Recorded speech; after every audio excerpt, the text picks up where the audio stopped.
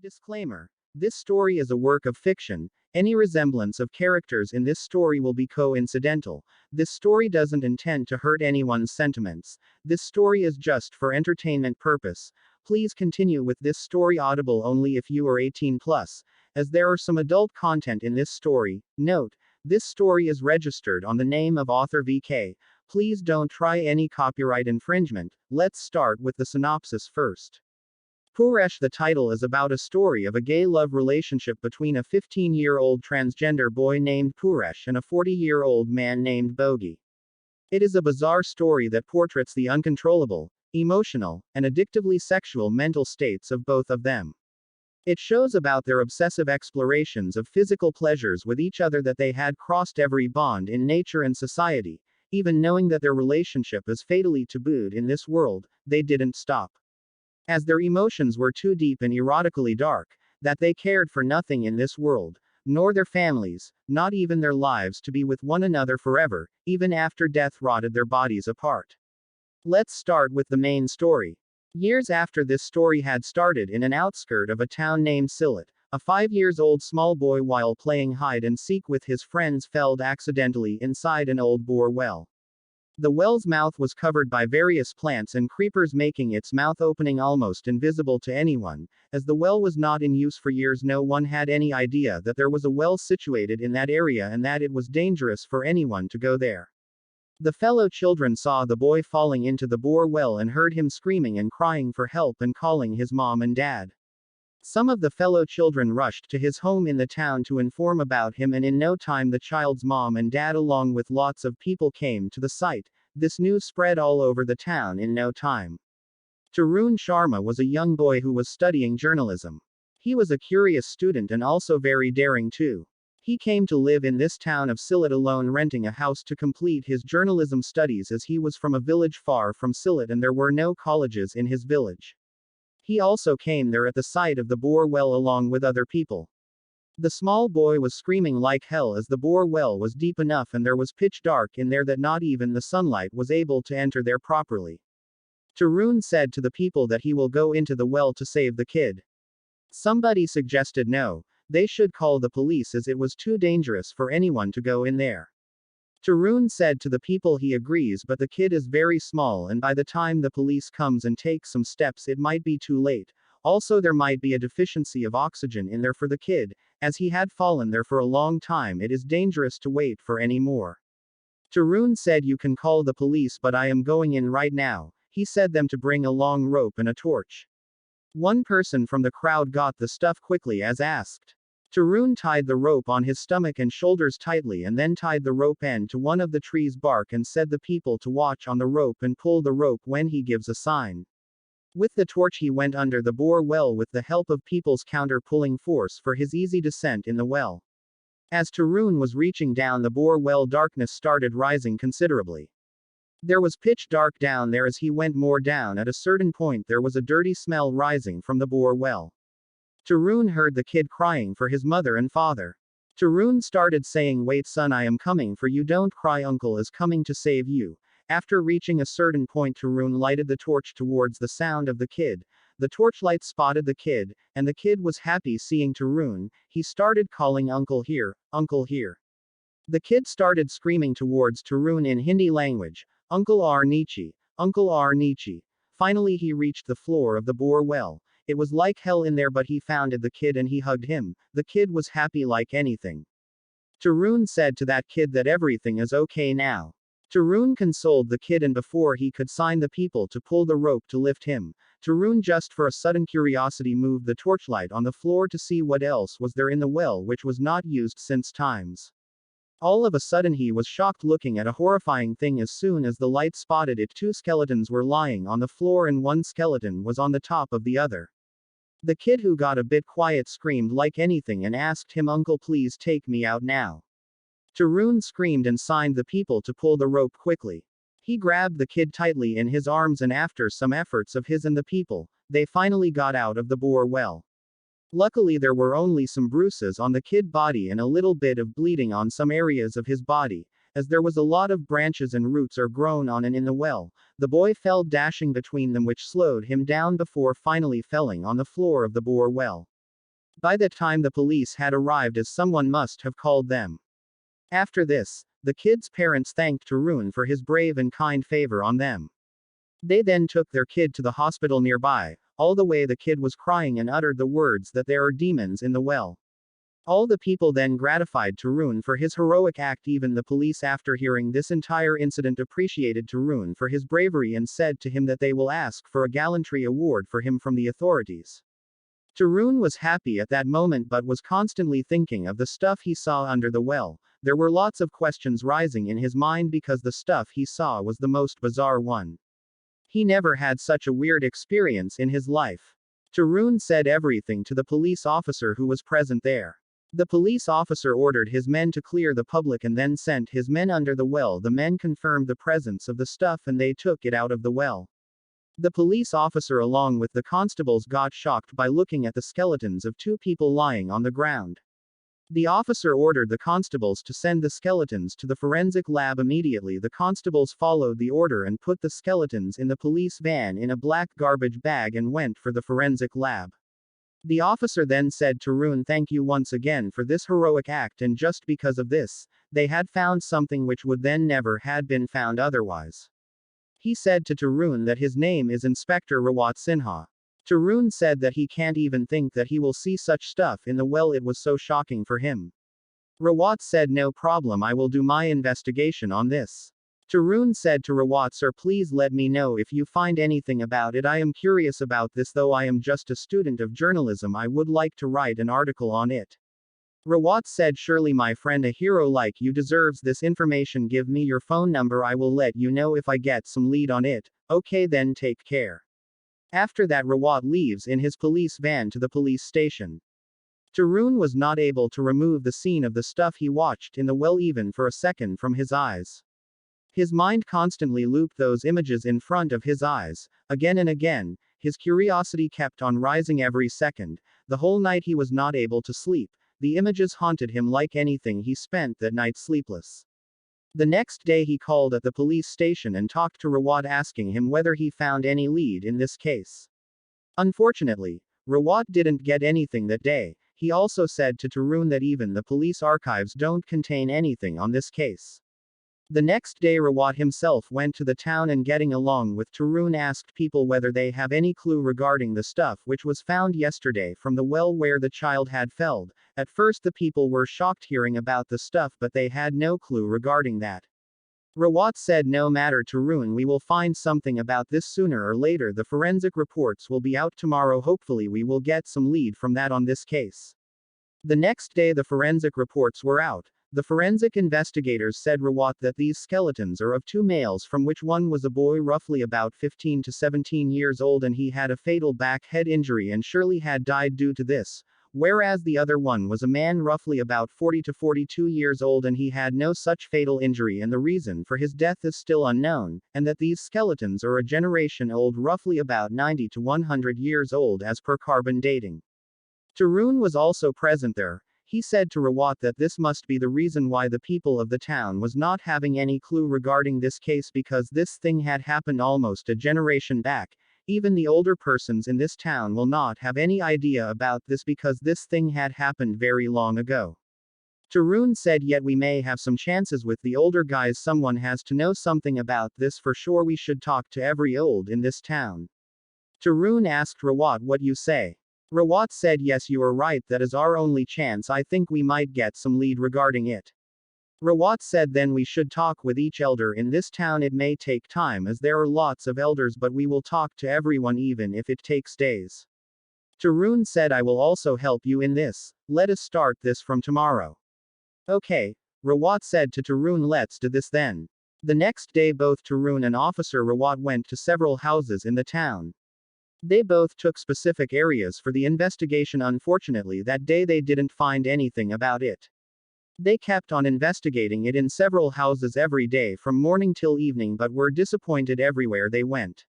One day Officer Rawat had to go too urgently to a police conference, so that day he informed Tarun that he would not be able to investigate that day and asked Tarun to continue the investigation alone.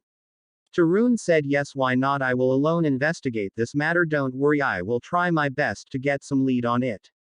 Officer Rawat thanked Tarun for this. Tarun started the investigation in the town. This time he went to a different area of the town searching for other houses where he might found something in this case, but was disappointed there also. After several efforts also he was not able to get a single clue regarding this case.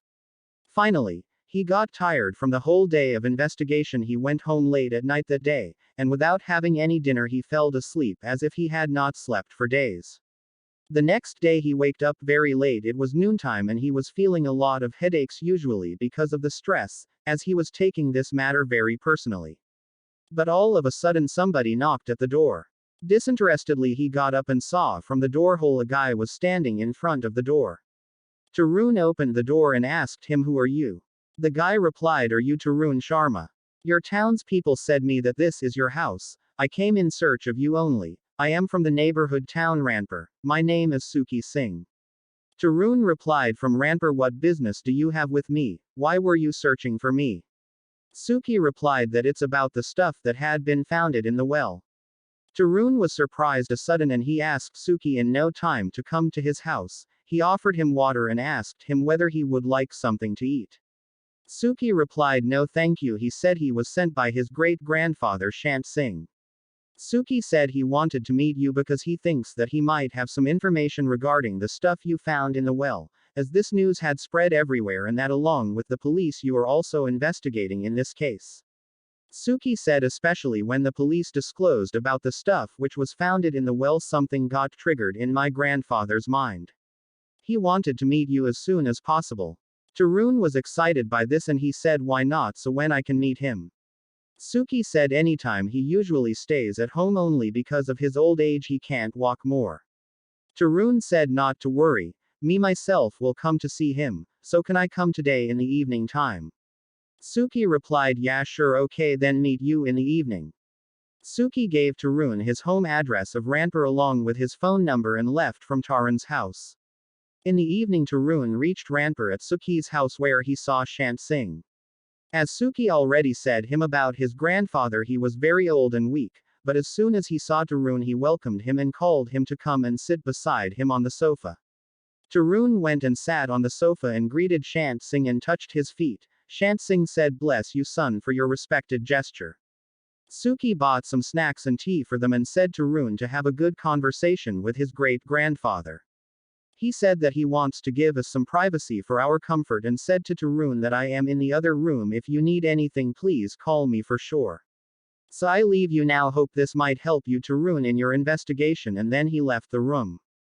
Tarun asked Shant Singh, "Sir, you said you might have some information regarding my investigation of the stuff which I discovered in the bore well." Shant Singh replied, "I don't know if this is related to your case. But I know a controversial story which had happened nearly generations back in our town Ranpur. I have a feeling that this case might have a strong connection with your discovery. As very few people are alive of the last generations who might know this. I don't even know, is there hardly anyone left till now, but luckily I am still alive." The controversy was the biggest controversy of that time. It was named the PURUSH Kand. Kand here means controversy in Hindi. Tarun was more intrigued as soon as he heard these words uttered by Shant Singh. He immediately asked him what was this PURUSH Kand. Shant Singh replied, "PURUSH Kand was named after the Purush Thakur controversy. It was the weirdest controversy of that time." After hearing this, Tarun asked him, "Why did you say the weirdest controversy? What was so weird about it?" Shant Singh replied, "It was weird because something very taboo had happened in this case. It was a gay matter, that's why it was so weird at that time. Purush Thakur was a gay boy and he was in a tabooed relationship with an elderly gay man named Dr. Bogi Shao. Purush was just 15 years old and Dr. Bogi's age was 40 years. The moment Tarun heard it, his mind triggered with the statement of the forensic experts as they somewhat mentioned the same age of the discovered skeletons. He curiously heard further. Shant Singh said this was the most bizarre relationship of that time, as this kind of behavior had never been noticed or heard by anyone in the town since times. The whole town was shocked to hear this incident after the Thakurs revealed it in front of the town in the panchayat. Their behavior and relationship were opposed by everyone in the town. Some of the people were so angry that they wanted to kill them both with their very own hands, and the family members of Purush were so much disgusted that they asked the people to eradicate both of their existence from the face of this world. Tarun was surprised to hear all of this from Shant Singh. He said, I had never heard of this matter from anyone in the town of Sylhet ever. Shant Singh said, I said you it was a generation back story and I was very small at that time but still big enough to remember this matter and I can never forget it, and about the people of the town, even if some old guys know about this they will never utter this to anyone as this case was the most tabooed one. People usually don't want to talk about this anyhow. They also believed that talking about this matter will bring a bad omen to their family. Tarun asked Shant Singh, sir, but what made you think that this case is related to Purush Kand? Shant Singh replied, son, because both Purush and Bogi were lost and no one could ever find them afterward. There were rumors that they may have escaped and ran in far of other states, and also there were rumors that they may be dead too, but no bodies were ever founded thereafter. I think that the stuff you founded in that well is strongly related to them. Tarun said, but why do you so strongly believe that it is related to them? Shant Singh replied, because the well from where you discovered that stuff was from your town and it is the same town from where they were lost a generation back. Tarun replied, what my town? You mean to say it was the town of Sylhet where they both were seen for the last time a generation back? Shant Singh replied, yes my son, as soon as Purush's father came to know about their whereabouts furiously he went for their hunt along with the people of my town. Tarun replied, you mean to say that Purush lived here in Ranpur? Yes, Shant Singh replied, Purush lived here a generation back along with his family. His father Kushwant Thakur was one of the biggest jamindar in Ranpur and one of the senior members of the Panchayat of Ranpur. His wife name was Marudula Devi. Unfortunately, she died while giving birth to Purush. Kushwant Thakur also had an elder son named Balwant Thakur. He was Purush's elder brother. Both Kushwant and Balwant had a hatred tendency towards Purush as they believed that his birth had brought bad omen in their house, as they used to think that his birth is the reason for the death of Marudula Devi. This was the reason why Purush was always cornered by both of them. Also, they both were very orthodox-minded people. They had a very good influence on Ranpur and the people of Ranpur. They were one of the most powerful people of that time. Purush got his name from his late mother only, as when his mother was alive during the time she was pregnant with him in her womb, she had a desire that if a boy takes birth then she will like to name him Purush. This was the reason why Kushwant Thakur named the child Purush even after he hated him after his mother's death during the time of her delivery. Tarun asked Shant Singh then who was Dr. Bogi Shao and what was his story. Shant Singh replied, Dr. Bogi Shao was a general physician of allopath. He was practicing in our town's government hospital and also part-time in his local clinic which was connected with his house alongside the service road not far from here. I heard that he lived alone in his house and was unmarried.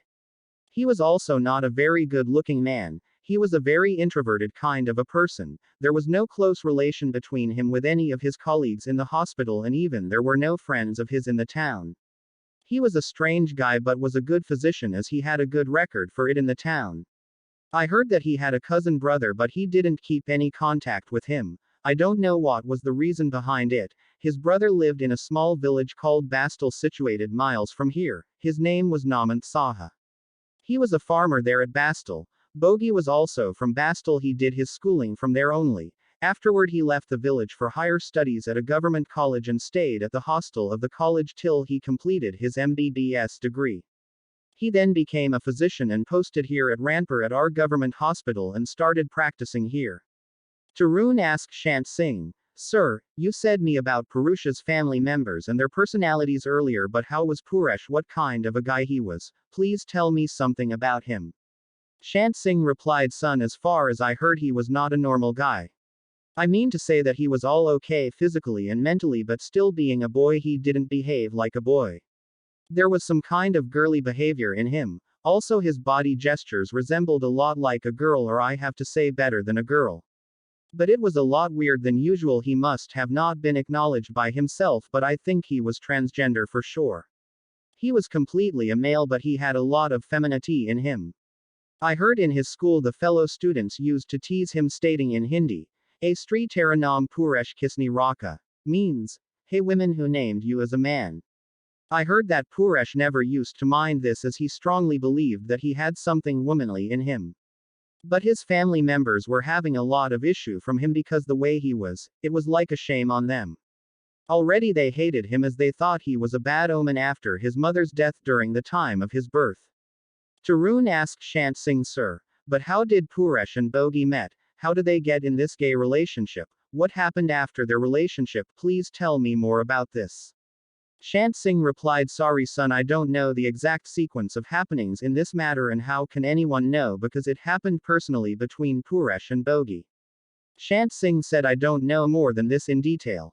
But yes, I will like to inform you that before this controversy was actually out in the acknowledgement of the people of our town and Purush's family, he was missing for nearly a year. No matter how much his family members disregarded him, but they searched the hell out for him in the town and everywhere possible but couldn't find him anywhere for nearly a year. It was a matter of self-respect to them as people started making stories about him. It was a sudden incident that one day they can't find him anywhere and nobody knows about his whereabouts. In actuality, he ran with Dr. Bogi and resided in your town, Sylhet. I heard that Dr. Bogi resigned from our town's government hospital and sold his house and clinic to a zamindar of our town and opened a new clinic with a new house in your town, Sylhet.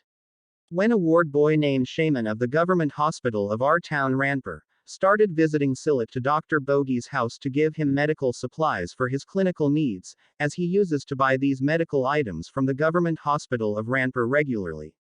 Shaman somehow noticed Purush in Dr. Bogi's house and informed Purush's family about this. He knew Purush very well because he was the one who had brought infant Purush from the hospital after his mother's death. Also, he regularly uses to go to Purush's house to bring his wife home in the evening after his hospital shift, who was working there as a maid. Shaman's information had created the first spark for this controversy. Shant Singh said something more worst had happened as Purush's elder brother Balwant with some of his goons attack at Dr. Bogi's house after they got this news from Shaman. Balwant noticed something bizarre that blew his mind out about Purush. I don't know what exactly had happened and what was that bizarre thing Balwant had noticed about Purush, but I heard he was so much angry that he reached Ranpur that very night to meet his father Kushwant Thakur, tying Purush on a chair and leaving his goons to keep their eyes on him so that he should not run anywhere. After reaching home, he said everything about Purush to his father, which blows Kushwant Thakur's mind also, that he was so much angry that he called an emergency panchayat that very night. He said everything to everyone. The panchayat decided that this kind of tabooed behavior will not be tolerated even for once in their society and asked Kushwant Thakur to decide what had to be done as Purush was his child. Kushwant Thakur was very much furious on this. The shame and shock filled his heart with so much anger that he desired the punishment of death for his son Purush and the culprit Dr. Bogi.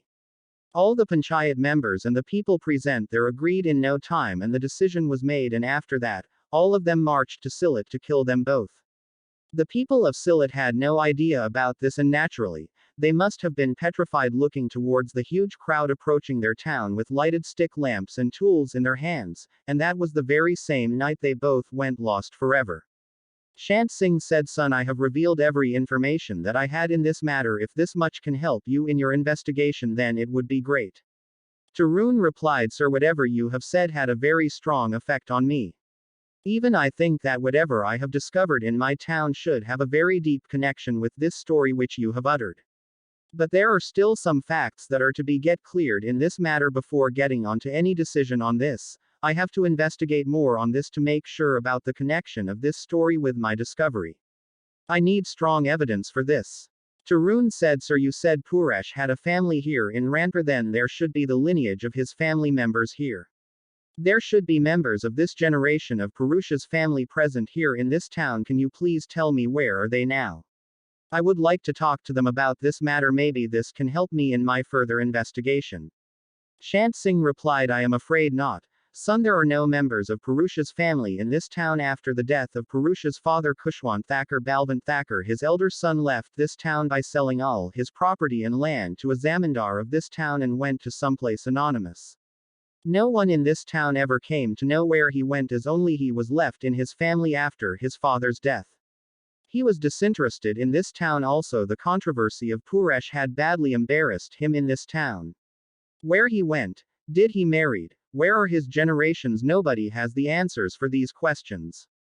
Tarun said, sir. Then what about Bogey's family? You said he had a cousin brother named Namant Saha in a village called Bastal. Are there any chances that his family's present generations are still living there at Bastal? Shant Singh replied, I don't know about it. I am sorry, son, but yes, Namant had a family at that time. There are high possibilities that his family's present generations are still living there, but you have to go there and check by yourself, and if you are lucky, then you might get something helpful from there. Tarun said, yeah, hope so. I think I must go to Bastal as soon as possible.